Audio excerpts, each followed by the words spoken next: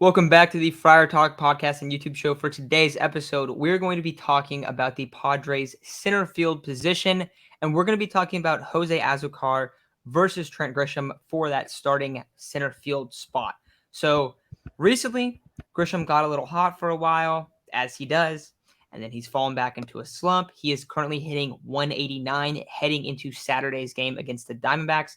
Meanwhile, Jose Azocar, since coming back, has been hitting just under 500. I believe it is 14 for 29. I sent you the tweet earlier, Chase. But Jose Azocar, since getting called back up, has been a machine. He's been an on-base machine, and he has been a much better offensive player than Trent Grisham. So my question for you is, where the Padres are at, they're racing for this wild card spot. The offense has been really up and down, really inconsistent. Sometimes they look great, like last night against Bumgarner. Other times they look terrible and nobody can hit and everyone's striking out. So, Chase, do you think it would be smart if the Padres started Jose Azocar, not every single game, but let's say the majority of the time as their center fielder instead of Trent Grisham in that spot? What are you thinking? I think you just ride the hot hand. I mean, realistically, both of them are going to go in their slumps. We've seen it. Azocar has been the hotter hitter as of lately, so you go Azocar. I mean, you play the hottest hand. You're trying to get into the playoffs. You have a race between the Brewers and yourselves, and the Brewers just beat the Yankees. So realistically, you need to put your best lineup out there every single night, regardless of matchups and everything. Put the hottest hitter in. I know last night we usually nail Bumgarner because ever since Bumgarner has gone to the Diamondbacks, we've seen to rake him. And we did that last night. And, if Azocar is the guy to hit off Bumgarner and Grisham isn't, throw in Azocar. If Grisham has better numbers against this guy or he hits righties better than Azocar, then throw in Grisham. I think it's just who's ever going to do the most that night, go ahead and put them in. However, Azocar has been the hottest hand as of lately. I know Grisham goes on his hot streaks and then, disappears off the face of the earth again. So right now, go Azocar. I think, now that the big meeting that they had after, I think it was either not last night's game, but the game before that, talking about their egos with setting aside personal goals and trying to come together as a team and win. And then having the performance they did last night, I think that's really important. Hopefully they continue to hit like they did last night. I know Kim went like 3 for 5. They had a really good offensive night. Blake Snell did his thing on the bump, and it was really good to see. So hopefully they can continue this and start doing this against higher level teams. It is the Diamondbacks. I know they were in third at one point. I don't know if they fell back down. Yeah, they just switched again with the Giants, even though they're both not very good, but they were third at one point in the NL West. They're still a lower level team. You can beat up on these guys, and you need to beat up on these guys. You can't do what you did a couple nights ago where a pitcher from AAA with a 9 ERA comes and shuts you out for 7 innings. You can't have that. If you're going to be a playoff caliber team consistently and try to get yourself to the playoffs and make deep runs into the playoffs, you can't get shut out by a guy with over a 9 ERA in AAA. Realistically, you can't just have that. I don't know what it is about the Padres and rookie pitchers or pitchers making their debut with really crappy numbers in AAA and then them suddenly not being able to hit at all. You can't have that. I know there are some cases where Ian Anderson on the Braves, he had made a handful of starts and then he went into the playoffs and absolutely dominated and helped the Braves make that playoff run. There are going to be cases like that, but realistically, if it's a guy on the Diamondbacks, that's not going to happen. So it's just riding the hot hand, really just putting the hitters in where they're going to succeed. Maybe making some late inning substitutions, better pinch hitting, but outside of that, Azocar absolutely deserves to start over Grisham. Just ride the hot hand. Yeah, and I agree with you. And I think, if you look at the two players, let's kind of compare them on different aspects of their game. In terms of hitting for contact, Azocar is significantly better. In terms of hitting for power, Grisham is significantly better. Azocar has 0 home runs. Grisham has 17. Now, interestingly enough, Azocar actually holds a higher slugging percentage And that just kind of speaks to how bad of a hitter this year that Grisham's been. In terms of working the count, getting on base, Azocar's better. And that's something that is extremely alarming because if we look at what Trent Grisham is, right? He's a guy that's supposed to see a lot of pitches, work deep in the counts.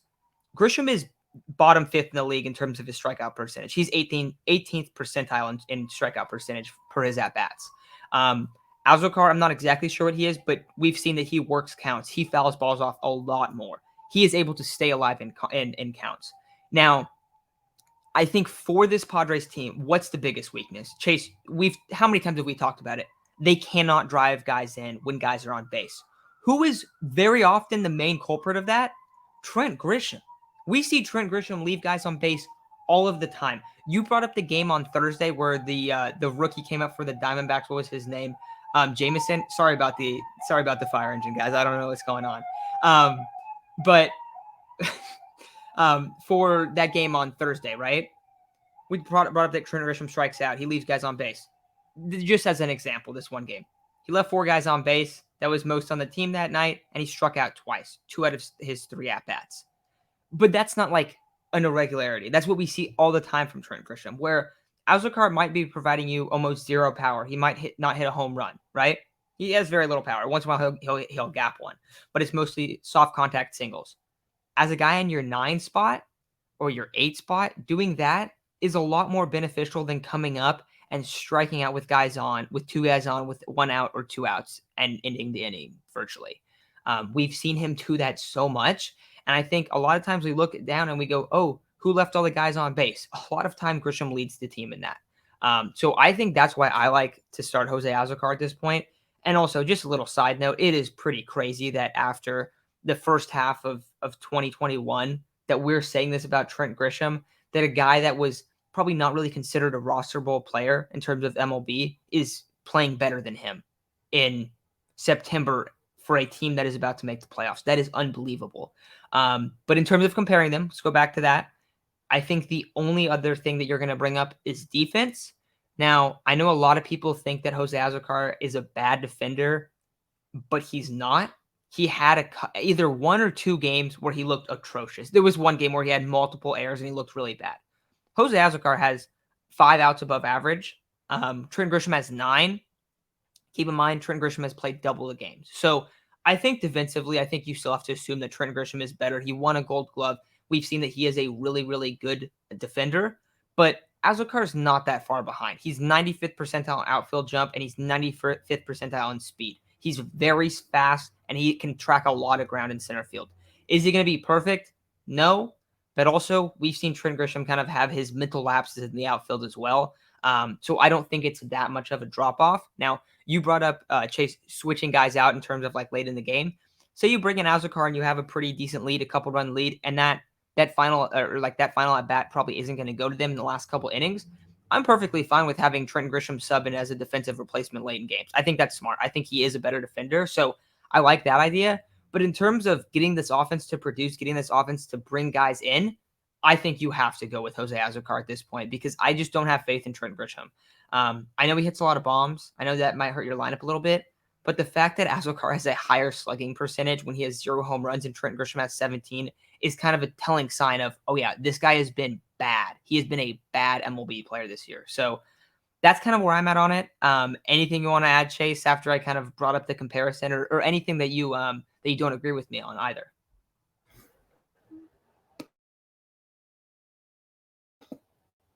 All right, there we go. I'm right there with you. I just ran the numbers. Do you want to know how much Trent Grisham strikes out? Like his K rate? It's just above 31%. He strikes out basically a third of the time, which, that kind of goes on average. Let's see. His last 7 games, he has 19 at-bats and 7 strikeouts. 35 at-bats in his last 15 strikeouts, 70 in his last 30, and 33 strikeouts, which that's even worse. He did walk a little bit more in his last 30 games compared to his last 7 and 15, but, an under 170 average, under 350 slugging in his last 30, And in his last 30, he's barely getting on base at a 300%, like 310. He's just not valuable outside of, okay, this guy occasionally hits a few bombs and he plays good defense. He used to be able to fall back and go, okay, at least this guy's getting on base, 33, 35% of the time. He's not even doing that right now. So realistically, if you want to make the playoffs, you have to ride with Azocar until he hits a slump, or if Grisham somehow figures it out between now and the end of season. You don't have time to continue wasting all these at bats into Grisham when Azocar has proven that he's the one that's hitting right now and that he deserves the starting spot. You may take a slight, and I mean the slightest decline in defense. We've seen Azocar make a couple mental errors and a couple mistakes. That's happened. He's in his first year in the league, but both of them can run. Both of them can field. You can probably give Grisham a slight upgrade on the arm, and on power, but Azocar's hitting. He gets on base and he works a count better than Grisham. I can't count how many times Grisham will go down, look at two fastballs down the middle, and then watch either a third fastball go down the middle or a hung curveball go down the middle, and him just take it for strike three with runners on. It could I don't know what it is. It's infuriating, but at this point, I think Grisham just has to be, that late inning defensive relief guy. Maybe occasionally, if Grisham has a good history against the pitcher, you can throw him in there. But right now, you ride the hottest hand. Yeah, I completely stand by that. And you brought up that Grisham was a guy that was getting on base 33 to 35% of the time. He has under a 300 on base percentage this year. So yeah, he has good plate discipline. He walks a good amount. But when you're hitting under 190, that doesn't really matter because you're still not getting on base at a high rate. That's the problem. If he's hitting 240, okay, that's cool. That's fine. You can live with, or even 220, 230, you can live with that because he's still hitting a decent amount and his walk rate will be very high. But doing that on offense is so bad. Like it's going to be really hard. And I think that, I think everyone, we talk about it all the time when we do our live streams. All these guys are left on base. All these guys are left on base. There's no aggression in terms of, driving guys in. If you go back a few days when Alfaro hit his another walk-off, Azocar was the guy that came up to the plate right before and had an amazing at-bat. It was great. He fouled off pitch after pitch after pitch. If Grisham is up there, does anyone think that Grisham would have a similar at-bat? I would be completely floored if he went up there and saw a bunch of pitches like that. Grisham might see pitches if they're not strikes because he will lay off. He does a great job of doing that. But Grisham does not foul off pitches. Grisham does not do that. That would not have happened. Grisham would not have went up there and fouled off all those pitches. He probably would have struck out looking. Let's be honest with ourselves. Game probably would have ended it with Grisham striking out looking. You had something to add? Yes, I just found the amount of runners that Grisham has left on base this year. Would you like to guess? I don't even know what the range would be. I don't even know what that would look like. It's gonna be bad though. 189. So what would be average of a guy that hits eighth or ninth? Oh, I don't know. Let me look at number, right? I'm gonna look at Machado's left on base just to compare. A guy that gets which he should be way more because there's way Machado more guys on should be base. way. Up. Let's see. 227 for Machado. So it's roughly 30, 40 over out of a guy hitting in the 3-hole and a guy hitting in the 9-hole. Yes. That's insane. I'm trying to think. What about Kim? I think Kim is a good comparison. Kim plays roughly about the same as Grish, and he hits around the same spot. All right. For Kim, it would be 193. So it's not too bad. But then again, we've also left more runners on base than every other team by a couple hundred and might break the record. So, these numbers could be even more skewed than we think. Yeah. So we're thinking okay, so maybe it's not that crazy. Yeah, I don't know. I just want to know what would be a good range, Like, should Grisham be leaving on like 130 runners in that spot? I wouldn't really know that, like in terms of the total number. All I know is when I watch the games and I see Trent Grisham come to the plate with guys on base, I have zero confidence almost every single time. Now, the other day, the Padres did win when Grisham hit a 3-run home run early in the game. If you remember that one, Yeah. just like barely got it into Yeah. the Petco porch. But I don't know. I just don't really feel confident with Grish at the plate, man. Like, and I think Azocar is a better option, which it's really crazy to say that. But also, is it that crazy? Because maybe it was what 2.5 months ago, 2 months ago, we made a video and we were saying, hey, it's time to bench Trent Grisham. He's been awful. And when we were talking about the trade deadline, one of the biggest areas that we wanted to be addressed was center field. Now the Padres added a lot at the deadline, so I'm not going to complain about what they added. But in terms of, an area where you were getting no offensive production, center field has always been that spot. Even Austin Nola's been heating up a little bit. He has better numbers than Trent Grisham, outside of the lack of power, even though he did hit a home run yesterday. But I don't know, man. I'm with you. I think that we're on the same page in terms of starting Azocar over Grisham. But yeah, I think that's probably all I got. Chase, anything else you want to add before we take off? Nah, I mean, I think we covered it all. It's crazy how we went from Trent Grisham being this potential superstar, potential everyday center fielder to God, we need to replace him. This entire year, God, we need to replace him. He doesn't look good.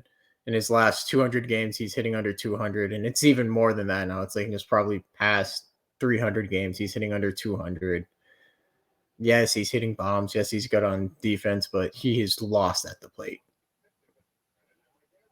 And at the end of the day, he cannot hit fastballs.